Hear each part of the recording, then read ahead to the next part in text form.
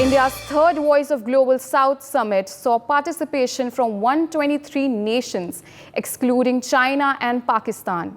External Affairs Minister S. Jaishankar noted the focus on climate change, debt issues, and new technologies. The summit reinforced India's leadership in addressing the concerns of developing nations with representation from numerous heads of state and senior officials.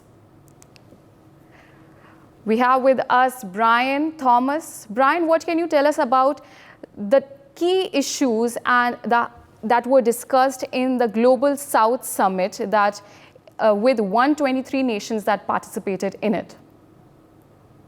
Yeah, it's very important to note that External Affairs Minister Jaishankar provided a very important briefing after the summit, which definitely, concentrated on addressing the challenges that is faced by the Global South or even developing nations. Now, yes, according to Jaishankar, the summit saw participation of 123 countries and also included representation from 21 countries at the level of head of state and government, while 34 foreign ministers were also present. Additionally, yes, 118 other ministers also participating, contributing to 10 ministerial sessions. Also to the fact that in recent years also India has positioned itself as a prominent voice for the Global South, advocating for the concerns, challenges and aspirations of developing nations, particularly in Africa. And even during its G20 presidency that happened last year, India prioritized issues such as inclusive growth, digital innovation, climate resilience, and even equitable global health access, all with the goal of benefiting the Global South.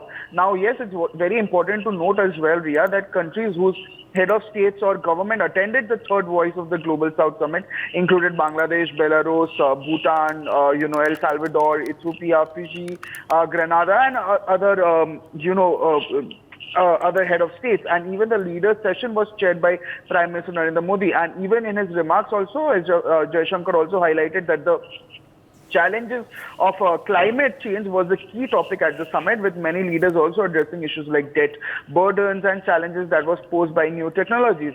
And also there was a consensus on the need to reform the global governance architecture, and discussions also touch upon the situation in Gaza. Yes, even though it's very important again to note that some leaders also raise concern about the sovereignty, strategic autonomy and external interference. But yes, again at the foreign ministerial sessions, debt distress and slow credit growth were discussed, along with issues that was related to the rules-based order, sovereignty, equality, mutual respect, and even partnerships among equals. Yes, Ria.